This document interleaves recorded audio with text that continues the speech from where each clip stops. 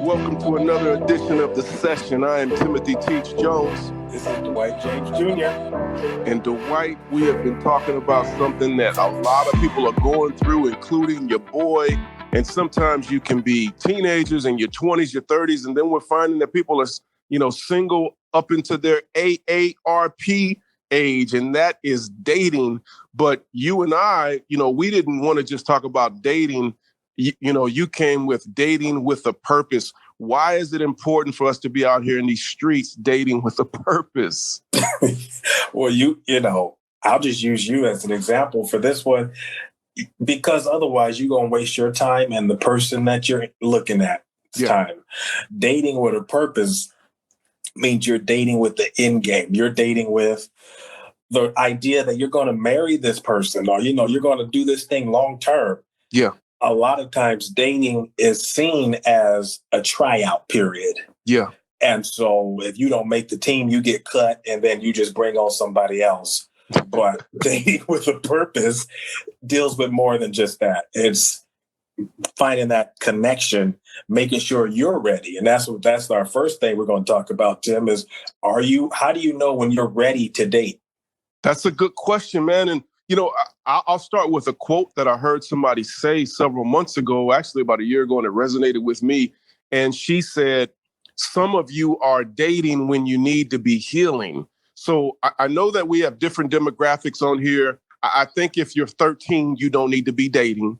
So, there are times where you don't need to date just because you are not of age, because dating is something that is serious. Like, it's two people coming together and you're bringing your emotions, your will, your personalities, and there's so much time involved that if you got to do history homework and try out for the cheerleading squad and, play the saxophone, you don't need to be dating. It can become a distraction. But to the older demographic, I personally think that you're not ready for dating if you're still healing from a previous relationship, if you're still hurt. And I'll exaggerate to make the point. If you break up with Frank on Friday, I don't think you need to be on blackpeoplemeets.com by Monday. Yeah, I personally don't.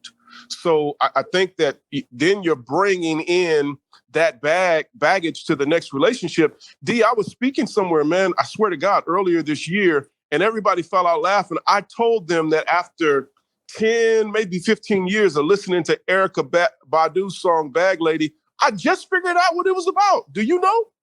No, tell me. Dude, I've been driving singing Bag Lady, you gon' hurt your back.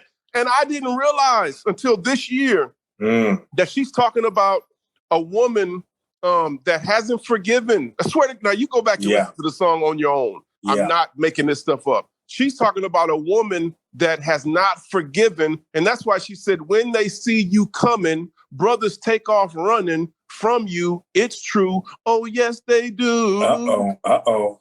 Because you got all this baggage and you're about to blame Tyrone for everything that Frank did and that Paul did, and then what your cousin did to you when you were a kid, because you haven't let it go yet. Dating requires maturity. Yeah. And that's where you were discussing a second ago. If you're 15, 16, you're not at that mature level yet to be even dating. You don't even know what dating means. Right. You know what I mean? Dating, the time you're ready to answer the question, when am I ready? The time you're most ready to date is when you don't need anyone to complete you. Mm-hmm. When you don't need anyone to fulfill you or instill in you that purpose aspect of your life. There's a great book. We always talk about books. There's a great book by Miles Monroe called Waiting and Dating. Yeah. And he touches on that, where you need to take care of yourself. Yeah.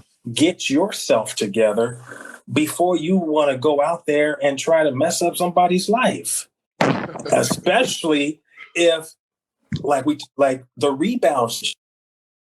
You was with Frank for 3.5 years. Y'all break up on Monday, and then the following Sunday, you walk in church with Harry. Yeah. And people are like, well, where's Frank? Girl, Frank is gone. Harry's my new man. Like, no. You need time to heal. You need time to process what happened, let God heal you, work through that before you put yourself out there again. Yeah. So there's a maturity process to it. That's what I'm saying. Yeah. And Dwight, I think that, and I think it kind of goes without saying, but we need to say it because people are listening. Sometimes, and I'm not saying every time, but sometimes, and we're picking on Frank, whoever Frank is, sometimes you played a part in that breakup with Frank.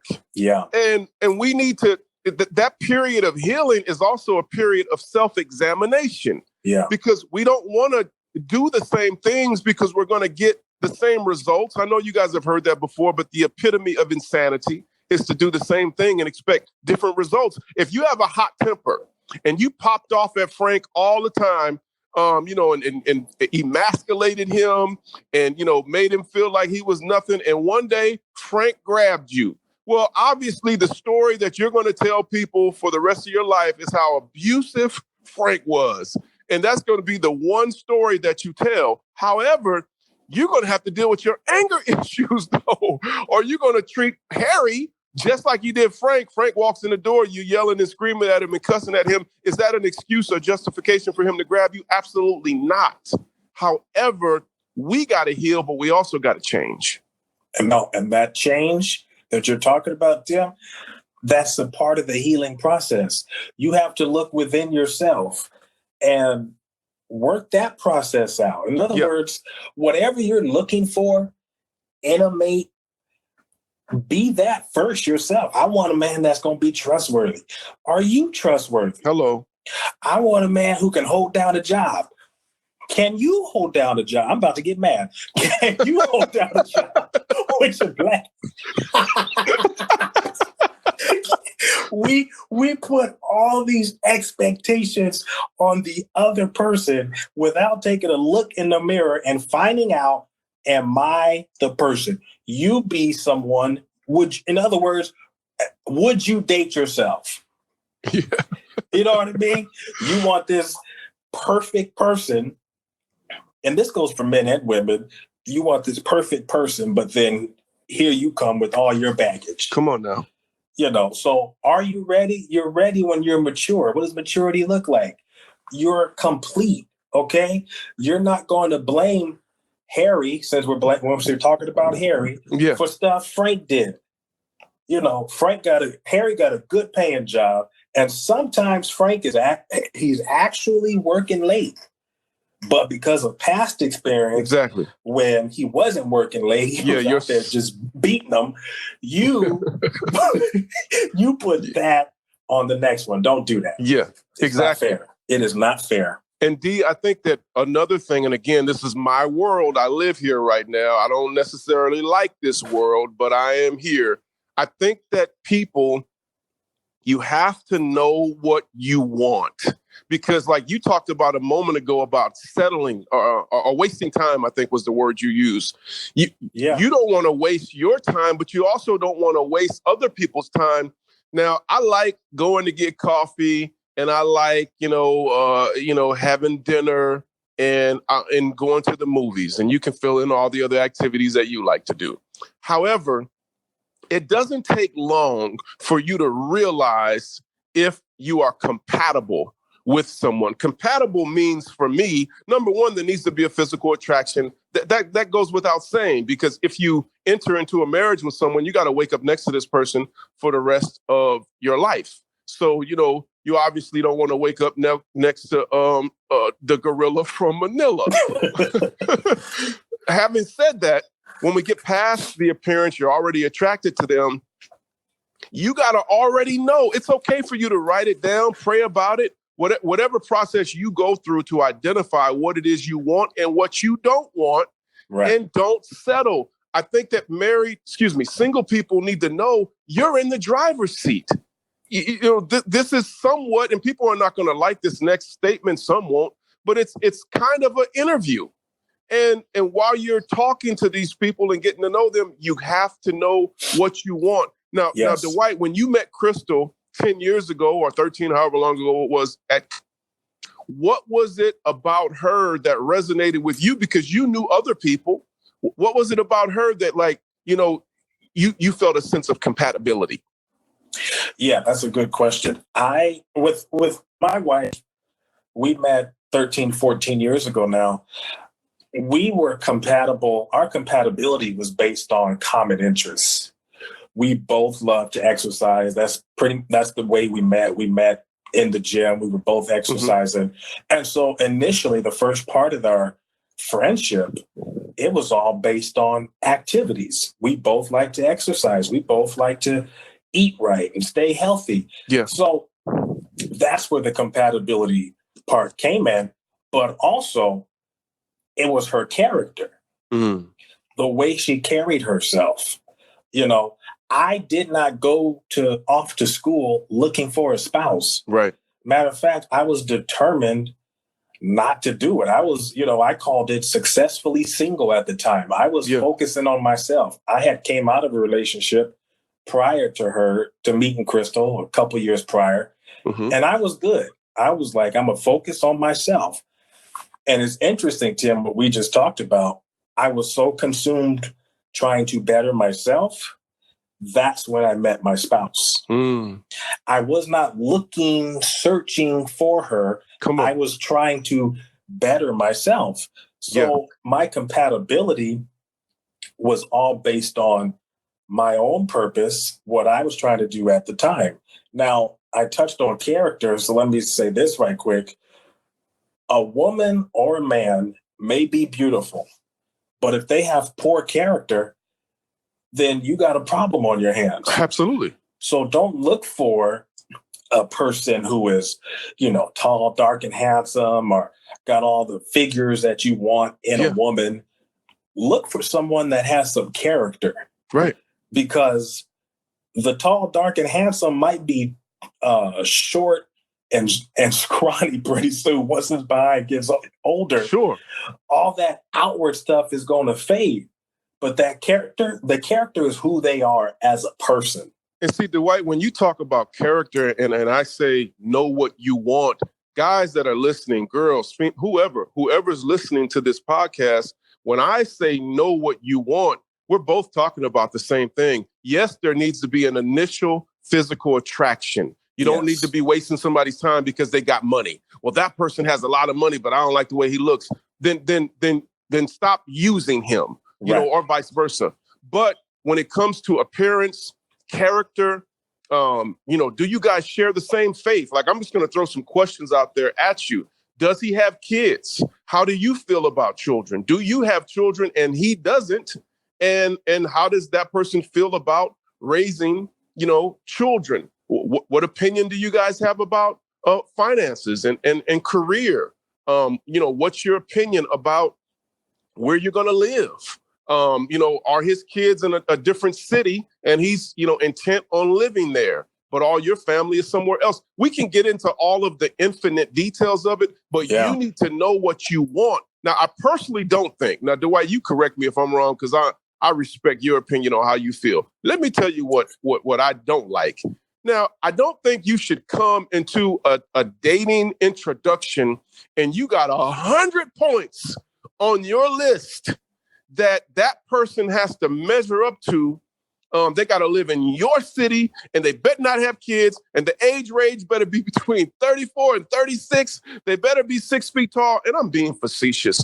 But if you got 100 things on your list, it makes me think that you think you're all that. Because like Dwight said, do you fit the description of the 100? No, you're right.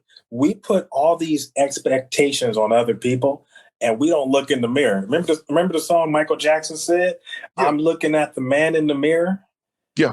I'm asking him to change his ways. Come on. Listen, you have to look at the man, the woman in the mirror. That's where it's going to start. Now, I agree. Yes, you should have a list. Now, going back to the compatibility and knowing about the settling thing. When I met Crystal, I did have a list. There were certain things that I wanted in a mate. Yeah. So you have to know what those things are before you start looking. Yeah. Otherwise, If you don't know, you'll find it every time because you don't know what you're looking for. Exactly. Now, when we talk about dating with a purpose, I hear intentionality. I think you said that earlier. I hear focus. When I hear dating with a purpose, there's a focus. The end game is marriage. So We're not just out here having fun, eating hot dogs and going to watch the latest movie. I remember I heard somebody say this before. Are you looking for a soulmate or a playmate? And I want to talk to, and now women do this too, but historically guys have been, notorious for doing this. But again, I keep saying women are doing it nowadays as well. I strongly encourage listeners, if you're serious, now you can live your life however you want to, but if you are, interested in dating with a purpose, then we got to stop playing with each other. Playing meaning we just having fun. We're just going on trips. We're just, flying by the seat of our pants. I think it was Doris Day that said, "Que sera, sera, whatever will be, will be." If you're serious, you're looking for a soulmate. Yeah. If you're having fun, you're looking for a playmate. And you can get so promiscuous out here in these streets. I had a friend, I'll say this real quick. I had a friend tell me he meant well. I'm going through, this was a few years ago. I'm going through a painful breakup and, hadn't got divorced yet. And, I'm about to file and get divorced. And my friend, he meant well. He's just really trying to encourage me. We're on the phone and man, I think I'm crying. He said, "Tim, look at it this way." He said, "Man, you about to get out here in these streets." He said, "Man, you're 40 and you're eligible. Man, you about to be blowing backs out from here all the way to New York." And I didn't even I didn't even laugh because he didn't realize. Yeah, man. He didn't realize, Dwight, I don't want that. Right. So but I understood he was trying. He was doing the best he could to encourage me. Man, look at this way. You can eat all the hamburgers you want. And I'm like, yeah, but I don't want to be fat. So when he said, man, you can blow everybody's back out, what I wanted to say was, dude, I don't even want that. I want a soulmate.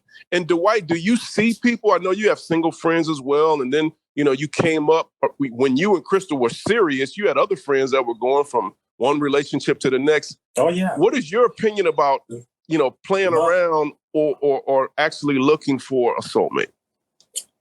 100% with you. I agree.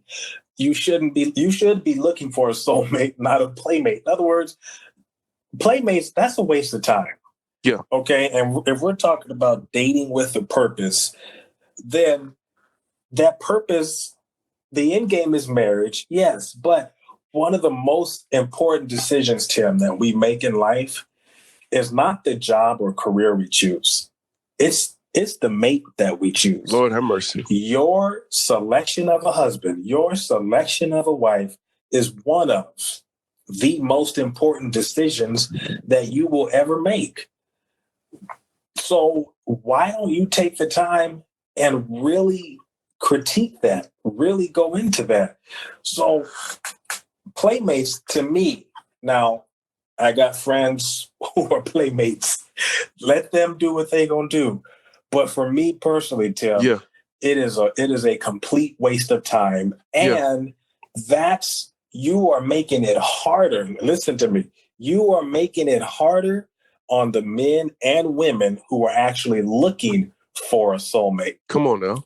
Because when you meet the girl who's been abused and objectified by man after man after man, now that's a much more harder work for you because now you have to prove yourself and explain to her how you're not like them. Yeah. Don't waste her time. Don't waste yours. Exactly.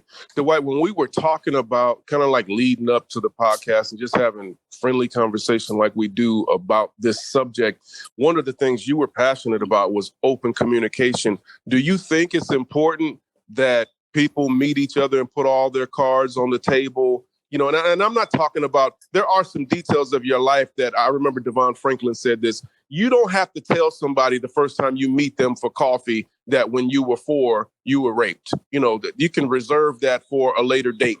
Yes. They don't deserve to know that. They haven't gained your trust to know that yet. but how important is putting your cards on the table, telling people your preferences, what you're looking for, what you don't want? How important is that? I love the analogy you used, Tim, about the interview, because when you go in for a job interview, that's exactly what you do. You put all your cards on the table. You let them know what you're looking for.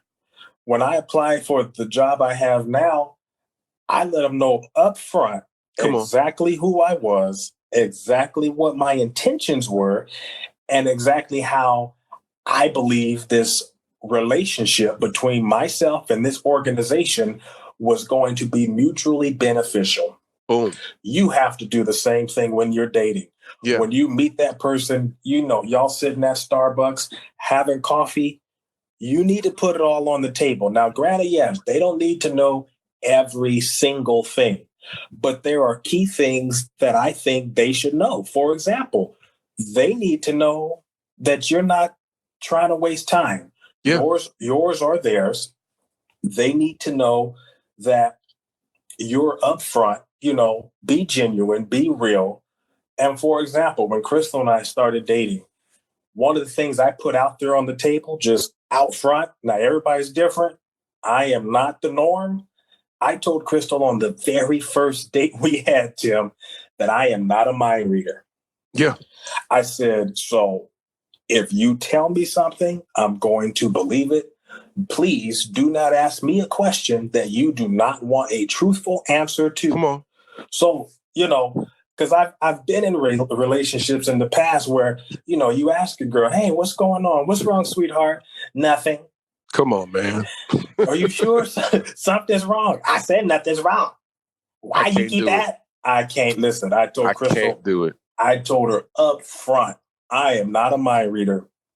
If I ask you, hey, what's wrong? And you tell me nothing, case is closed. I believed you. But you have to do that up front. Yeah. We're not going to play this, chasing game. Are you okay? No, I'm not. Are you okay? Well, what's wrong? That's manipulation. That is, and it's a game. So that open communication, what are your expectations? What are you looking for? Yeah. Because if that person is not what you're looking for, well, drink the last of that coffee, and then carry yourself home. Dwight, that's the end of that one. Exactly. Let me share something with the listeners, man. This is just a personal example. Now, obviously, I can't go into detail about everything because it's just can't. But I was talking to someone. I had an introductory conversation with someone, and this goes to putting all your cards on the table and knowing what you want. It goes to every point that we've already discussed. Now, when my dad, who loves me dearly and I love him dearly, when he saw this person's picture, he thought it was just automatic. He said, well, I mean, what the problem is? Yeah. But he didn't realize that in the first 5 minutes of talking to this person, I realized that she did not like kids. She told me. And it's like Maya Angelou says, when people show you who they are, believe them. And I have 2 daughters. So was she fine? Yeah. Did she fit the faith criteria? Yep. Have a good job? Uh-huh. Did she fit everything on my unspoken list? Yes, she did. But that's a critical factor that you don't like kids. That was the end of we were still cool. We remained friends after that. But I'm not going to try to change her. And that's something that I want everybody that's listening to know. Women, if you meet him and he's fine, check. Same faith, check. You like his, either his hustle or his muscle. Sometimes people got the job and the money, or they got the potential. Whatever it is that you like about them, that's great. But if we kind of segue into another point, do not ignore red flags, because if you have 3 kids by 3 different guys, and I'm being for real, come on, and he's not okay with that, do not waste the next 6 months of your life trying to change him. We can't change each other. You're going to find someone who doesn't mind that you have 3 kids by 3 different dads. And he's like, girl, I love you so much, I ain't tripping. Now, we, a lot of times, are hypocritical when it comes to that. because I've dealt with people and mentored people who are looking for a spouse. Now they have 3 kids, using your example, by 3 different women, but they don't want to look for or date anyone who has kids. Yeah. How can you, who has children, put that stipulation on someone else, or vice versa? Now, Tim, we just talked about like red flags.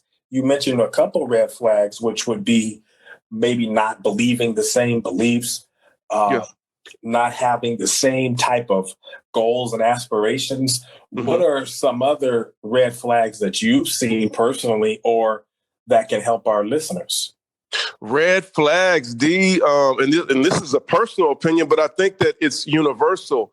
Temper problems. You know, if you meet them at Starbucks and you guys are sitting there talking and they yell at the waiter, "Hey man, I told you to get over here and get my coffee." You know, you need to pay attention to that. You know, if you've been talking to that person for a few weeks and they just been a sweetheart, male or female, and then you guys have a disagreement and they use profanity or they grab you by your arm, you need to go ahead and pull their fingers off your bicep and keep it pushing. They're showing you early, you know, that this is who I am. Red flags can have to do with the way they think. You wanting to ask them questions because to Dwight's point, it is an interview. So I have a right to ask you, do you have children? If you start getting uncomfortable with general questions, I don't want to talk about that. Does it really matter? If they get defensive over basic questions, child, let me tell you what the next 20 years is going to look like. You're going to have a problem. So red flags are anything that you observe that doesn't sit well with you. Now, I'm not talking about us having this extreme list where we are ready to eliminate people, but I'm talking about things that come out in conversation or behavior. If they are habitually late to everything, I'm talking about everything. You sitting there for 45 minutes waiting for them on the first date. Number one, you a fool because I'm getting up after 15 and I'm out. If you see these red flags, don't ignore them because they're attractive. That's all. Listen, you bring up a lot of good points. And, you know, guys, ladies, I hope you're listening because, Tim, what you just said is essential. Marriage, we're talking about dating with a purpose and the end game is marriage. Marriage is simply an amplifier. Mm-hmm. Whatever you went through dating that person, good or bad, is now getting ready to be amplified once you say, I do. So if he put your hands on you every now and then, you know, but you know he loves you, well, he's really going to love you now. Oh, man. He's going to love the hell out of you. He's going to love the hell out of you. And also a red flag to me, and, you know, I have a sister who I'm, you know, dealing with this now, and I'm so glad, I'm so proud of her. I want you to look at his financial track record. What I mean by that is this. What's his credit score? How good does he handle his own finances? Because once you all become one and you get married and you start to apply to get that house, get that car, they are going to combine those scores. So if you are like great with your money and you got that 700, 800 credit score and his credit score is a 388, you need to address that. Yeah. Is it a deal breaker? No. However, it needs to be addressed. He needs to start working, or she needs to start working on building that credit, building that responsibility. Yeah. You know what I mean? I didn't work this hard to develop myself financially.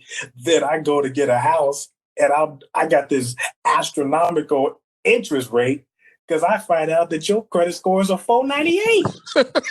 Come on now. You know, people laugh and I don't mind them laughing, but it is the truth. It is the truth. When you sipping that coffee, that's one of the questions you need to find out. How well do you manage money?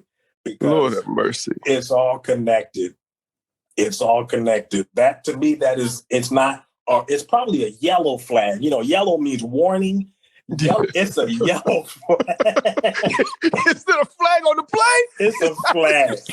Listen, throw the flag and review the tape because this needs to be addressed. Okay, I'm throwing a coach's challenge. If your credit score is 367, that's all I'm saying on that. Man, I can't do this. Hey, y'all. Our time is up. We're going to have to do a part 2, Dwight. We got to do a part 2 on dating. We didn't even get to the last point. We're throwing yellow flags on the play, guys. Tune in next week. We're going to continue this conversation on dating. On behalf of Dwight James Jr., be safe in these streets. Throw the flag. Throw it. Subscribe to our YouTube page by clicking the link below. There you'll find links to our Facebook and Instagram pages. Make sure you turn on your notifications so that you don't miss any future episodes. So until next time, thanks for tuning in to The Session.